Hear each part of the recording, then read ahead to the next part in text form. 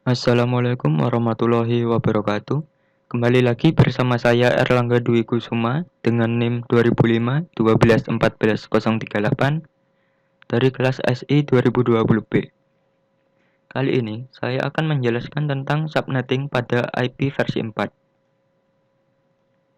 Subnetting. Subnetting adalah proses membagi sebuah network menjadi beberapa subnetwork. Subnetting hanya dilakukan pada IP address kelas A, kelas B, dan kelas C. Dengan subnetting akan menciptakan beberapa network tambahan, tetapi mengurangi jumlah maksimum host yang ada dalam tiap network tersebut. Prinsip subnetting adalah memperbanyak network ID dari suatu network ID yang sudah ada, di mana sebagian host ID dikorbankan untuk digunakan dalam membuat ID host tambahan. Kenapa memerlukan subnetting? Mengalokasikan IP address yang terbatas supaya lebih efisien. Jika internet terbatas pada alamat-alamat di kelas A, B, dan C, tiap network akan memiliki 254, 65.000, atau 16 juta IP address untuk host device-nya. Walaupun terdapat banyak network dengan jumlah host lebih dari 254, namun hanya sedikit network, kalau tidak mau dibilang ada, yang memiliki host yang sebanyak 65.000 atau 16 juta. Dan network yang memiliki lebih dari 254 device akan membutuhkan alokasi kelas B dan mungkin akan mengaburkan percuma sekitar 10 ribuan IP address. Walaupun sebuah organisasi memiliki ribuan host device, mengoperasikan semua device tersebut di dalam network ID yang sama akan memperlambat network. Cara TCP/IP bekerja mengatur agar semua komputer dengan network ID yang sama harus berada di physical network yang sama juga. Physical network memiliki domain broadcast yang sama, yang berarti sebuah medium network harus membawa semua traffic untuk network. Karena alasan kinerja, network biasanya disegmentasikan ke dalam domain broadcast yang lebih kecil, bahkan lebih kecil dari kelas C address. Tujuan subnetting: mengefisienkan pengalaman yang hanya mempunyai 10 host. Kalau kita menggunakan kelas C saja, terdapat 254 dikurangi 10 sama dengan 244 alamat yang tidak terpakai. Membagi satu kelas network atas jumlah subnetwork dengan arti membagi suatu kelas jaringan menjadi bagian-bagian yang lebih kecil. Menempatkan suatu host apakah berada dalam satu jaringan atau tidak. Untuk mengatasi masalah perbedaan hardware dengan topologi fisik jaringan. Dan yang terakhir, meningkatkan security dan mengurangi terjadinya kongesti atau penimbunan akibat terlalu banyaknya host dalam satu network. Contoh praktikum. Baiklah, kita akan mencoba praktikum dengan menggunakan Cisco Packet Tracer. Ini adalah contoh bentuk yang sudah saya buat yang terdiri dari 6 PC, yaitu PC 1, PC 2, PC 3, PC 4, PC 5, dan PC 6. Ketiga PC 1, 2, dan 3 terhubung pada switch yang sama, yaitu diberi nama lab 1. Sedangkan PC 4, PC 5, dan PC 6 dihubungkan melalui switch yang diberi nama lab 2. Lab 2 dan lab 1 dan lab 2 dihubungkan dalam satu router yang sama. Kemudian kita cek apakah IP address sudah terisi.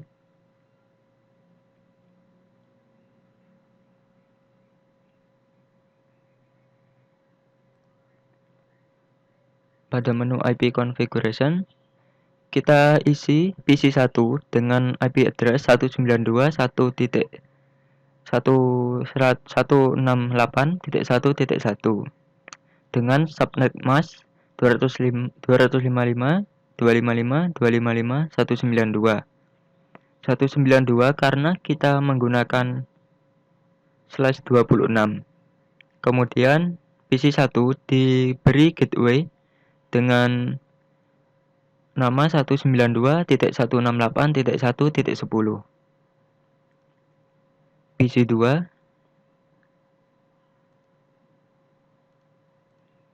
kita kasih IP address 192.168.1.2 dengan subnet mask yang sama dan gateway yang sama.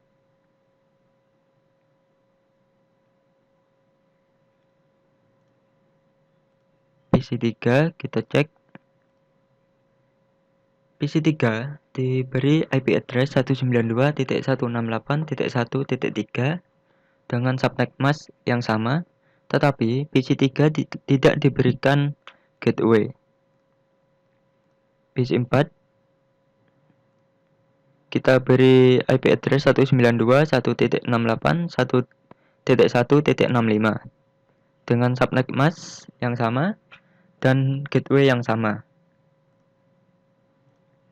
PC5 kita hanya isi IP address dan subnet mask-nya, tidak diberikan gateway.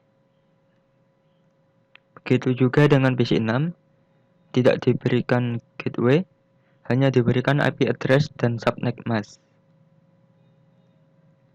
Kemudian kita cek routernya.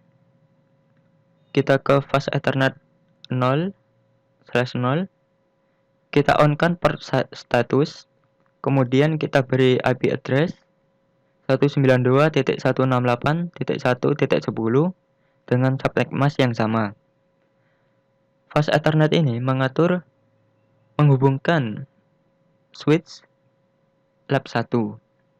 Kemudian fast Ethernet 1/0 menghubungkan dengan switch lab 2 dengan diberi IP address 192.168.1.100 dengan subnet mask yang sama. Jangan lupa untuk meng-on-kan port status. Di sini sudah on. Kita close. Kemudian kita pergi ke simulasi.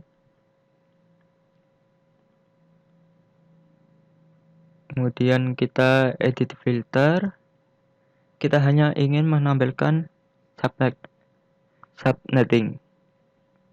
Jadi semuanya dikosongkan kecuali ICMP.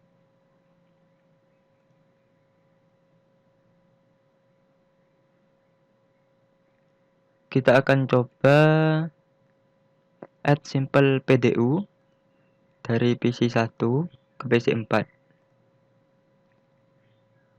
PC1 akan mengirimkan pesan ke lab 1 dan lab 1 akan mencarikan di dalam jaringannya yaitu PC2 dan PC3. Karena tidak ada yang terdeteksi, maka switch akan mengirimkan ke router untuk di-broadcast kepada lab 2. Dari lab 2 akan mencari PC4. Sudah sampai ke PC4. PC4 akan mengembalikan pesan ke lab 2, kemudian ke router, ke lab 1, kemudian kembali ke PC1. Sudah berhasil, kita klik new. Kita coba add simple PDU dari PC1 ke PC3. PC1 akan mengirimkan pesan ke switch, kemudian switch akan mencari PC3. Karena PC3 berada di dalam lab 1, maka langsung saja diberikan pesan ke PC3. PC3 akan kembalikan ke switch, dan switch akan kembalikan ke PC1. Kita klik new lagi untuk membuat skenario baru. Kita coba add simple PDU dari PC2 ke PC5.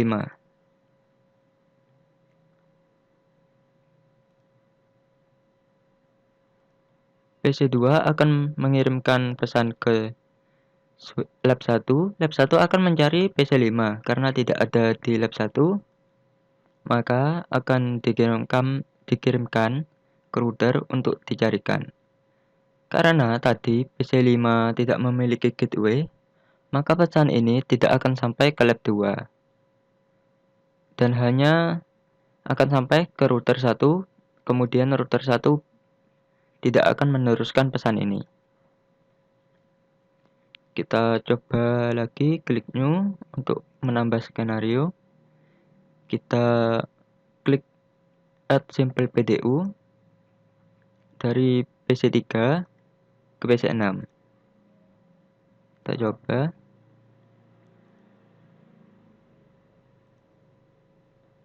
Karena PC3 tidak memiliki gateway, maka PC3 akan langsung menolak atau gagal dalam mengirimkan pesan ke lab 2. Nah, kita akan kembali ke real time.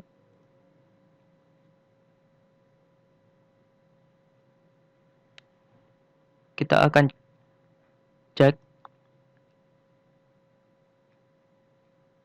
di command prompt dengan cara ketik tracer rt dengan IP tujuan. Kita coba ke PC3 itu 92.168.1.3.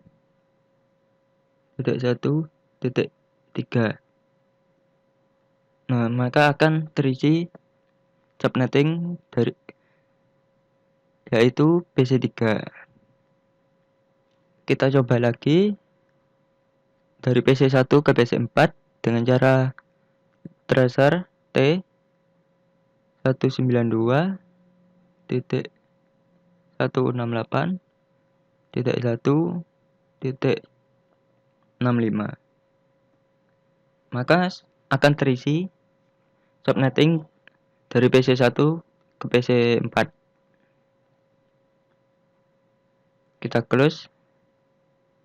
Kita coba cek subnetting dari PC2 ke PC5 tadi dengan cara tracer T dengan IP tujuan yaitu PC5 192.168.1.66.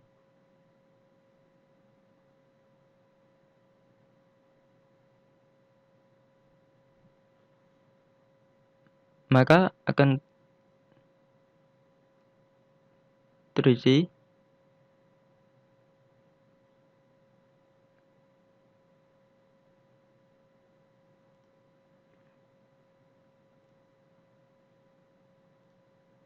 kita cek PC3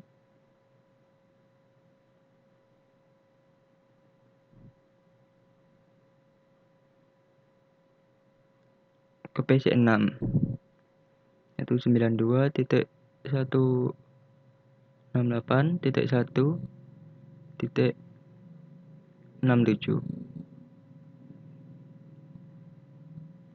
Maka dia akan kosong karena tadi tidak dapat mengirimkan pesan.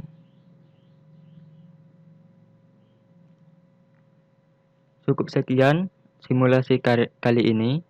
Terima kasih telah menonton video ini. Wassalamualaikum warahmatullahi wabarakatuh.